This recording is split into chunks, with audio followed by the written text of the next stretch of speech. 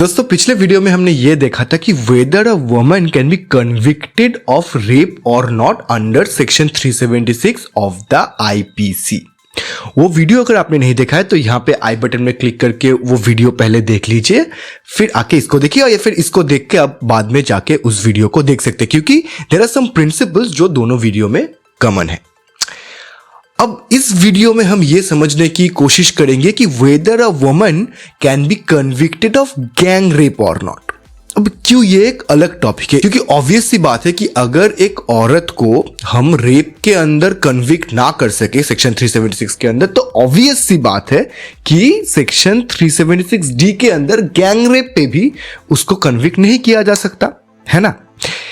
पर उतना ऑब्वियस ये नहीं है, क्योंकि सेक्शन 376 डी जो कि गैंग रेप को डिफाइन करता है और उसके लिए पनिशमेंट भी देता है, वो कुछ ऐसे टर्म्स का इस्तेमाल करता है अपने डेफिनेशंस के अंदर जिससे ऐसा लगता है कि लेजिस्लेचर का इंटेंशन ये था कि इवन दो रेप एक जेंडर स्पेसिफिक ऑफेंस है, गैंग रेप को जेंडर न्यूट्रल रखा जाए। तो इस वजह से ऑब्वियसली ये सवाल कई दफा जुडिशियरी के सामने आया था। तो इस वीडियो में हम देखेंगे कि इन प्रेजेंट क्या प्रिवेलिंग लॉ है regarding this issue in the country. Supreme court का लेटेस्ट जजमेंट इस पे क्या है। तो इस वीडियो में हम समझेंगे कि क्रिमिनल ज्यूरिस्प्रूडेंस या एक लॉ कैसे अपनी फाइनल फॉर्म में पहुंचता है, किस किस ट्रांसफॉर्मेशन से वो गुजरती है और अपनी फाइनल फॉर्म को अचीव करती है। और फिर हम ये एनालाइज भी करेंगे कि जो प्रेजेंट लॉ है क्या वो अप टू डेट है या नहीं आज के सोसाइटी के हिसाब से। तो अगर इस टॉपिक पे इंटरेस्ट है आपको तो देखते रहिए। दोस्तों मेरा नाम है आकाश, मैं लॉ में अभी अपना मास्टर्स कर रहा हूं और साथ ही साथ कैलकाटा हाई कोर्ट में मैं प्रैक्टिस भी करता हूं। तो चलिए शुरू करते हैं।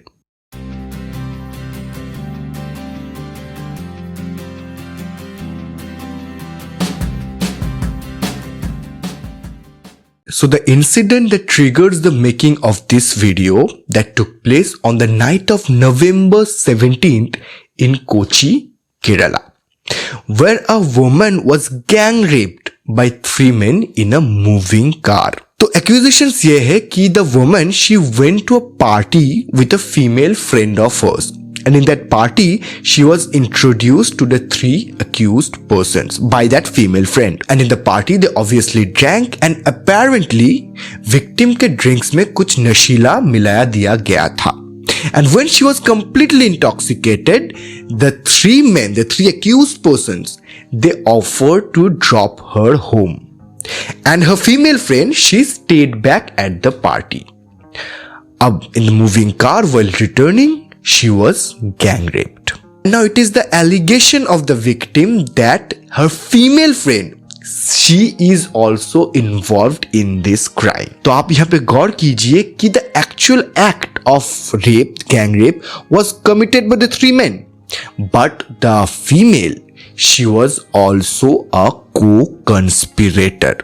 कंसिडरिंग कि वो जो भी कह रही है वो सच है, जो कि इन्वेस्टिगेशंस में बाद में पता चलने के चांसेस है, बट हम मान लेते हैं कि वो सच है। Then this woman is a co-conspirator in a gang rape. Now can this woman be convicted of gang rape? That's the question, that's the moot problem of this video. अब सेक्शन 376 डी में gang rape को define करते हुए बहुत ही interestingly when a woman is raped by one or more person, इस term का इस्तेमाल किया गया है। अब पर्सन ये एक जेंडर न्यूट्रल टर्म है जिससे हम इस कंक्लूजन में पहुंच सकते हैं कि अ woman can also be convicted for the offence of gang rape on another woman. पर हमारे कंक्लूजन में पहुंचने से कुछ होता नहीं है। आइए अब देखते हैं कि जुडिशियरी का इस मुद्दे पे क्या राय है। So the authoritative judgment on this issue was in the case of Priya Patel versus the state of Madhya Pradesh by the Supreme Court of India. तो उस केस में एलिगेशंस ये था कि the wife of the accused she actively facilitated the offence, यानी कि उसने उस ऑफेंस को घटने में मदद किया था by locking the door where the offence was committed from outside. अब यहाँ पे पुलिस ने उस औरत को भी अरेस्ट करा, यानी कि प्रिया पटेल को, और उस पे सेक्शन 376 सबसेक्शन 2 क्लॉज जी के अंदर गैंग रेप के चार्जेस भी लगाया। अब 2006 में सेक्शन 376 सबसेक्शन 2 क्लॉज जी ही गैंग रेप को डिफाइन करता था और पनिशमेंट्स को प्रिस्क्राइब करता था। खैर अभी तो सेक्शन 376 डी वो काम करता है। अब इस चार्ज के अगेंस्ट एक रिवीजन पिटीशन प्रिया पटेल ने प्रेफर किया हाई कोर्ट ऑफ मध्य प्रदेश में। उनका कंटेंशन ये था कि सेक्शन 375 ऑफ द आईपीसी जब रेप के डेफिनेशन में ये क्लियर कर देता है कि यह woman can not commit the offence of rape, तो ये कंसेप्चुअली इम्पॉसिबल हो जाता है कि आप एक औरत को गैंग रेप के लिए अरेस्ट करें। पर हाई कोर्ट ऑफ मध्य प्रदेश उनके इस कंटेंशन से एग्रीएबल नहीं था। उनका कहना था कि गैंग रेप के डेफिनेशन में लेजिस्लेचर का पोर्शन इस टर्म का इस्तेमाल करना is a clear indication of the intention of the legislature to make this offence gender neutral, क्योंकि बस कुछ ही सेक्शन पहले सेक्शन 375 में स्पेसिफिकली मैन इस शब्द का इस्तेमाल किया गया है जब रेप को डिफाइन किया गया था। अब कुछ ही सेक्शंस बाद फिर से गैंग रेप को डिफाइन करते हुए अब अगर लेजिस्लेचर पर्सन इस टर्म का इस्तेमाल कर रहा है then it is a clear indication कि वो लोग चाहते थे कि ये सेक्शन जेंडर न्यूट्रल बने, ये ऑफेंस जेंडर न्यूट्रल बने और इस ऑफेंस के लिए औरतों को भी अरेस्ट किया जाए। तो इस राय के अनुसार एक औरत को भी सेक्शन 376 सबसेक्शन डी क्लॉज जी के अंदर चार्ज किया जा सकता है, यानी कि गैंग रेप के अंदर चार्ज किया जा सकता है। इसके बाद Priya Patel again approached the Supreme Court via SLP special leave petition. अब सुप्रीम कोर्ट ने हाई कोर्ट के इस व्यू को ओवरटर्न कर दिया। तो according to the Supreme Court उन्होंने ये कहा कि इवन दो इस सेक्शन में पर्सन इस टर्म का इस्तेमाल किया गया है, बट एक और नेसेसरी टर्म का भी इस्तेमाल किया गया है जो कि है कॉमन इंटेंशन, और कॉमन इंटेंशन को डिफाइन किया गया सेक्शन 34 ऑफ द आईपीसी में।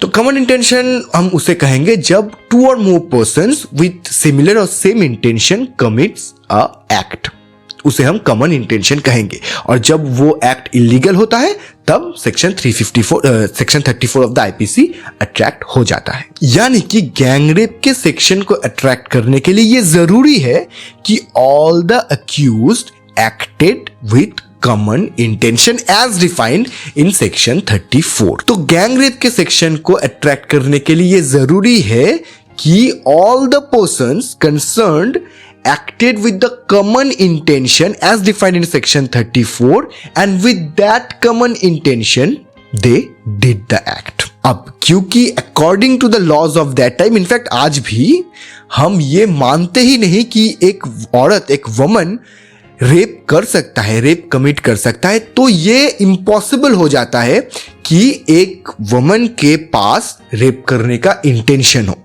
because she is physically incapable of doing that act according to the present laws। So since she is physically incapable to do the act, she cannot have the intention to do that act, and in absence of that intention आप कैसे कहेंगे कि उस common intention से जो इन लड़कों के पास था उस औरत को भी वही इंटेंशन था? आप ये कह ही नहीं सकते।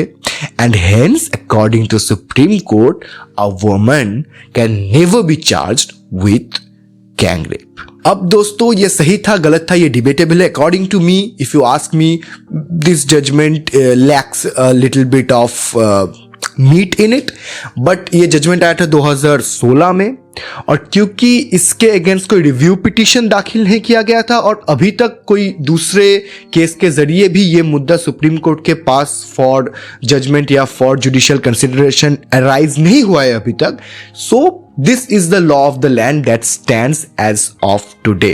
But since this is just a precedence, अगर सुप्रीम कोर्ट किसी दूसरे केस में जो इसी सिमिलर मुद्दे को डील करता है, अगर सुप्रीम कोर्ट एक दूसरा स्टांस लेती है तो ये पॉसिबल है कि ये लॉ, ये प्रिवेलिंग लॉ 180 डिग्री टर्न ले ले and it starts convicting women of gang rape. But फिलहाल the law of the land is that a woman, as she cannot be convicted of rape, she cannot also be convicted of gang rape। पर abetment यानी कि helping in the commission of an offence, उसके लिए उस औरत को convict किया जा सकता है, जो कि गैंगरेप के कमीशन में हेल्पिंग के लिए उस औरत को कन्विक्ट किया जा सकता है, which exactly happened in the Priya Patel case and which is also going to happen in our Kerala case. Alright, so नन्हा सा ये वीडियो था आपके लिए। अगर एक औरत एक गैंगरेप के कमीशन में हेल्प करता है तो उस पर क्या चार्जेस लग सकते हैं, उस पर उम्मीद है आपको पसंद आया होगा और इंफॉर्मेटिव भी लगा होगा। लाइक और सब्सक्राइब कर दीजिए, क्योंकि क्यों नहीं, सोशल मीडिया में फॉलो कर दीजिए, यहाँ पे हैंडल्स आ रहे होंगे और डिस्क्रिप्शन में भी आपको लिंक्स मिल जाएंगे सारे। यहाँ पे वो whether woman can be convicted of rape और नॉट, वो वीडियो आ रहा होगा स्क्रीन पे कहीं पे, और दूसरा एक वीडियो आपके लिए खास अप्रोप्रिएट स्क्रीन पे आ रहा होगा, उसे भी आप देख सकते हैं। चलिए उनमें से किसी एक पे मिलते हैं। Take care, bye.